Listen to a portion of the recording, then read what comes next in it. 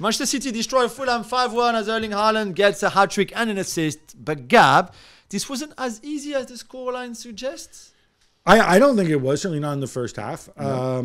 It was 1-1 and Fulham absolutely furious with City's second goal. If you haven't seen this, it's Ake's header, Akanji standing in an offside position. Yeah. It's a close offside position. I think he clearly makes a move, which clearly screws up Burnley. The referee, Michael Oliver, I don't blame him for maybe doesn't realize Akanji's offside, but that's what the VAR is there for. Yeah. Tell him, Akanji's offside. That is a and bad one. Hey, Michael, you may feel he's interfering, right? So then have the referee go look at it. Beyond that, Haaland, bit of luck, but yeah, a bit of luck in terms of being in the right place at the right time, but some superb finishes. Yeah. A lot of quality, but I'll tell you what. So much power. No Grealish, no Bernardo Silva, no De Bruyne. You can feel that. Yeah. You can feel that. Yeah, definitely. And no Pep either. Yeah. Angeball is in full flight, Jules. How about that 5-2 hammering of Burnley away with Heung-min Son getting his hat trick? Yeah, that was great. They went 1-0 down, of course, because they are quite open defensively, because of the way they play and the way they attack with their fullbacks. But after that, they just destroy them. And again, we talked about the Aston Villa high line defensively. Not really sure what Burnley were trying to do, but the defending was appalling. And we've said you can't come up and be so naive defensively. That's all. Well, they're no more naive than Spurs, just Spurs of better players, right? No, but they say, well, we're going to go blow for blow against them. And yeah, but no. They tore into shreds. Yeah. How about my man Luca for Burnley? Luca. I can never remember his last name because it's unusual, but he's Italian. Played in the under-19s, and he's eligible for the US, Nigeria, Canada. Oh, yeah. It's one of those multi-passport dudes. Okay, great.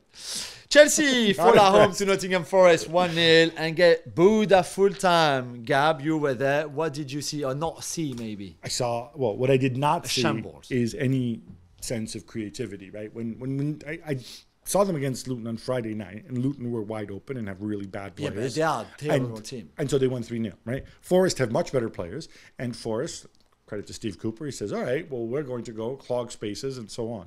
When your opponent clogs spaces and you're at home, there's two ways you beat them. You beat them with individual creativity, or you beat them with patterns of play. Chelsea have 0 patterns of play right now. Let's give them more time. Individual creativity, what little there was, other than Raheem Sterling running at people once or twice, you thought Enzo might provide? No, he played Enzo in the hole behind the striker, which means every time he got the ball, Enzo's not a number 10 to begin with. There's 5 players around him, right? You negated his passing from deep. That weird back 5, back 4.5, whatever it is, with Chilwell as one of your wingers. Dude, if you want to play high, fine. But don't leave him up there because it doesn't work. Yeah. He just runs in straight lines. Yeah, not a good one. This kind of reinforced my idea that this team is horrendously constructed, and at least on the weekend, Poch didn't really help them. Yeah.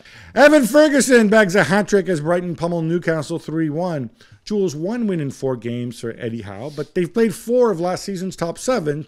You're not worried about Newcastle, are you? Yeah, I mean, those 3 defeats, City, Liverpool, and Brighton are tough games, two of them away from home as well. I'm worried about Nick Pope's form. I mean, what was that performance? The fumble on the first goal, the second goal he should have stopped every day of the week.